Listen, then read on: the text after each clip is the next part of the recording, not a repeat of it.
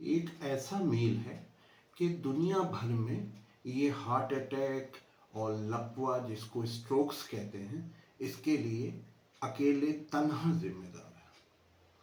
और हैरानी की बात यह है कि दुनिया भर में 84% लोग जो है इसको रोजाना लेते हैं। और दुनिया भर में आज इसी के कारण से ये हार्ट अटैक और स्ट्रोक्स के cases bye leaps and bounds जो हैं ये बढ़ रहे हैं। और वो दिन भी आज आ गया है जो अचानक से यंग लोग जो आपके छोटे बच्चे हैं वो भी ये हार्ट अटैक और लकवे के शिकार हो रहे हैं। आपने अक्सर सुना होगा कि लोग जो है आपके स्टेज पे सिंगर परफॉर्मेंस दे रहे हैं वहाँ खत्म हो गए। कोई पार्टी हो रही है उसमें जो है कपल डांस कर रहे हैं और वो अचानक से खत्म हो जाते हैं। जो है बहुत सारे लोग जो है पायलट ने फ्लाइट को लैंड किया और लैंड करने के बाद एयरपोर्ट पे ही वो पायलट खत्म हो जाता है। बहुत से लोग ट्रेनों में, बस स्टॉप पे, हर जगह जो है इस तरीके से लोगों की हार्ट अटैक और लकवे के कारण से जो है जाने जा रही हैं। क्या आपने कभी इसका चिंतन मंथन किया कि ऐसा क्यों हो रहा है? और ऐसी रोज जो नागहानी मौतें, जो इमरजेंसी डेथ्स हो रही हैं, जो सडन डेथ्स हो रही हैं, वो क्यों हो रही हैं? तो आज मैं आपको इस वीडियो में सारे आपके पर्दे को फाश करूंगा कि क्यों ऐसे मौतें आपको रोजाना देखने को मिल रही हैं।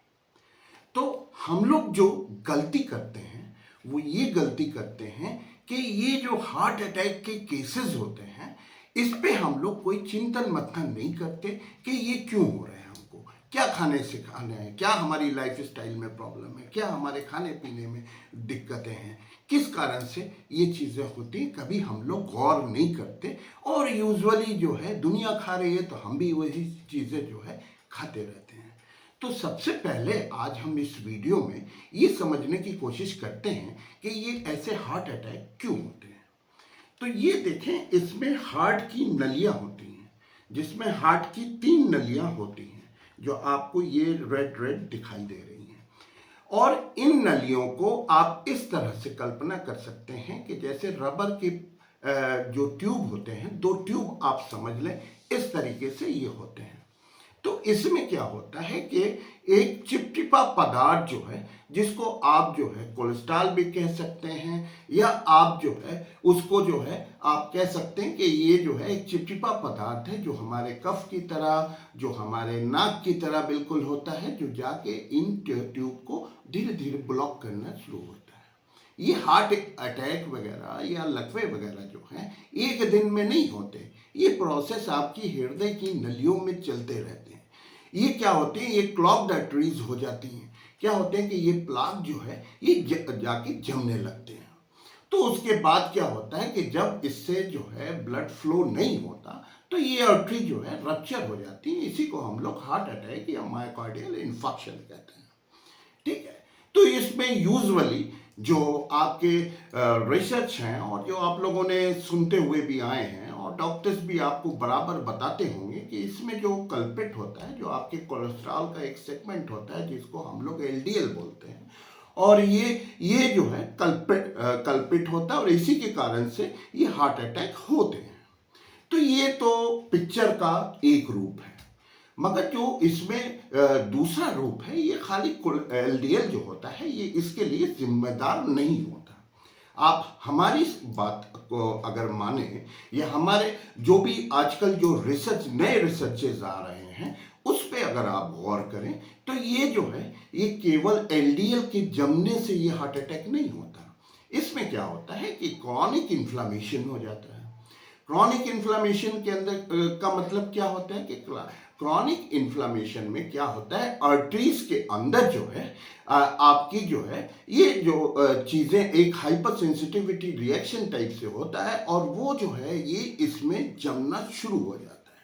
तो इसका जो कारण होता है वो इंसुलिन रेजिस्टेंस के कारण से होता है, तभी जाके ये जो है आपके क्रॉनिक इन्फ्लामेशन होता है। जब भी आपके इन्फ्लामेशन होगा तभी वो जाके उसमें जो है चीज़ें जमना शुरू हो जाएंगी। ये रिसर्च बेस्ड है और एविडेंस बेस्ड है और यही हकीकत भी है। आप अगर इसको स्वीकार ना करें तो आप जो है गूगल करके, चैट जीपीटी से, आप कहीं से भी इसको देख सकते हैं। तो जब ये ऐसे जम जाती है तो ये हार्ट अटैक हो जाता है। तो ये जो आपकी इंसुलिन रेजिस्टेंस है या जो आपके क्रॉनिक इन्फ्लेमेशन है, इसको हम कैसे मेजर कर सकते हैं? इसको मेजर करने के लिए या आपको इसके इन्वेस्टिगेशन, आप कौन से ऐसे इन्वेस्टिगेशन कराएं जो इन सब चीजों से आपको पता लग सके।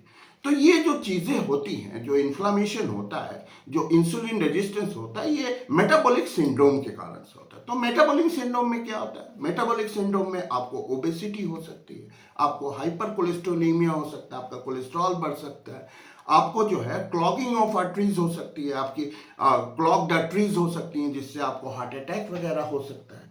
तो इसको अगर आपको जानना है तो इसके जो इन्वेस्टिगेशन ऑफ चॉइस होते हैं वो होते हैं ईएसआर या एचएससीआरपी, या जो आप इसमें एचएससीआरपी या जो है आप एक्सटेंडेड लिपिड प्रोफाइल, ये तीन जांच से आपको पता चल सकता है। और दूसरे, आपको इन्फ्लेमेशन है कि नहीं, उसके लिए एक होमा आईआर जांच होती है, जिसको हम लोग कहते हैं fasting insulin level multiplied by insulin level divided by 405। इसको हम लोग होमा आईआर कहते हैं, जिससे आपको ये पता चलता है कि आपकी बॉडी में इंसुलिन रेजिस्टेंस है कि नहीं, आपकी बॉडी में मेटाबॉलिक सिंड्रोम हो रहा है कि नहीं, ये सारी चीजें पढ़।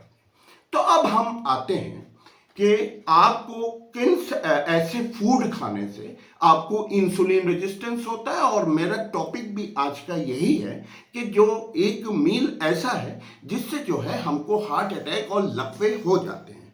तो यूजुअली जो है हमारे यहाँ जो है क्या होता है कि ब्रेकफास्ट में हम लोग जो है सीरियल्स वगैरह लेते हैं। तो उसमें जो है आप क्या लेते हैं, वही मैदे के बने रस लेते हैं, बेकरीज प्रोडक्ट लेते हैं, मफलिन्स वगैरह आप लेते हैं, वो सारे जो है आप पोहा लेते हैं, आप जो है कॉर्नफ्लेक्स लेते हैं, आप केलॉग्स लेते हैं।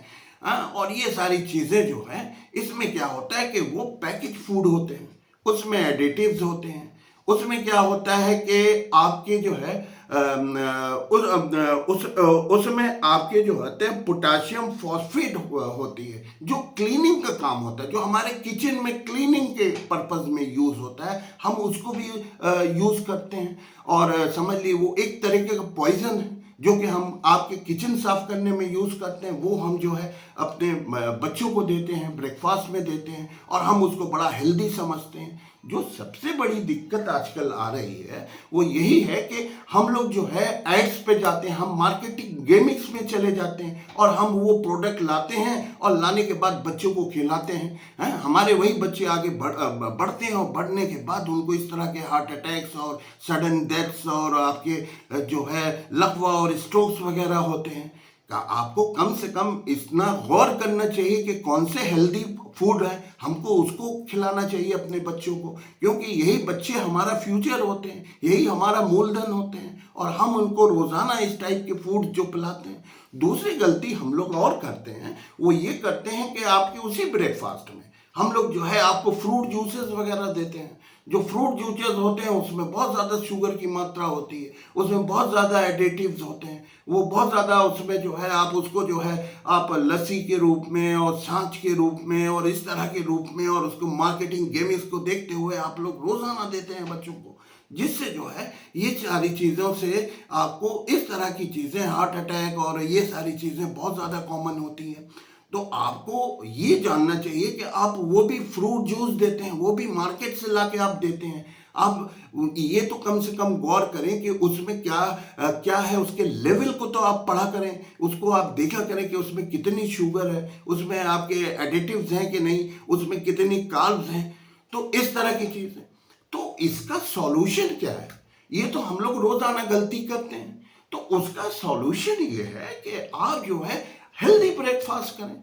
आप हेल्दी ब्रेकफास्ट का मतलब ये होता है कि आप जो है नट्स एंड सीड्स ये इस्तेमाल करें अपने ब्रेकफास्ट में। आप जो है उसमें फैट लें, आप उसमें प्रोटीन की मात्रा ज़्यादा रखें, उसमें आप सैलड्स वगैरह मॉर्निंग में भी आप ले सकते हैं, आप उस तरह की चीज़ें लें। क्योंकि आपको ये जानना बहुत ज़रूरी है कि जो आप पैकेज फूड वगैरह लाते हैं तो उसमें जो है आपको ये जानना ज़रूरी है कि जो कार्बोहाइड्रेट और फाइबर रेशियो है उसको आपको 5:1 मिलाना है।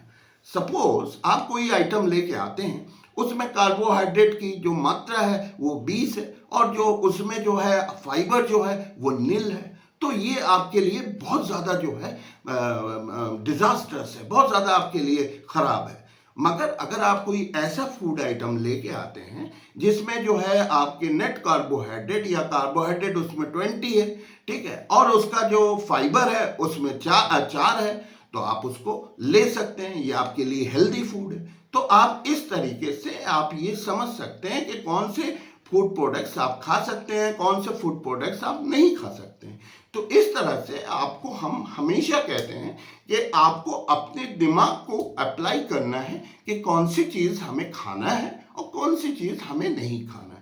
तो ये बढ़ते हार्ट अटैक और लकवा और जो सेरिब्रल स्ट्रोक्स के जो केसेस हैं, इसको अगर आप चाहते हैं कि आप इससे बचें और इसको हमारे लोगों में, तो ऐसे वीडियो को, हमारे इस वीडियो को ज़्यादा से ज़्यादा ऐसे लोगों में आप इसको शेयर करें जिनका जो है एक अनहेल्दी ब्रेकफास्ट है, जो लोग जो है ये सोचते हैं कि ये सारी चीज़ें हमारे लिए हेल्दी हैं और अपने को बहुत स्मार्ट समझते हैं। आप उन लोगों में ऐसे वीडियो को आप जो है शेयर करें, ज़्यादा से ज़्यादा आप उन लोगों में शेयर करें, क्योंकि उन लोगों की अगर लाइफ स्टाइल नहीं चेंज होगी तो इस तरह के आपको हार्ट अटैक के केसेस और स्ट्रोक्स के, सेरिब्रल स्ट्रोक्स के केसेस आपको मिलते रहेंगे।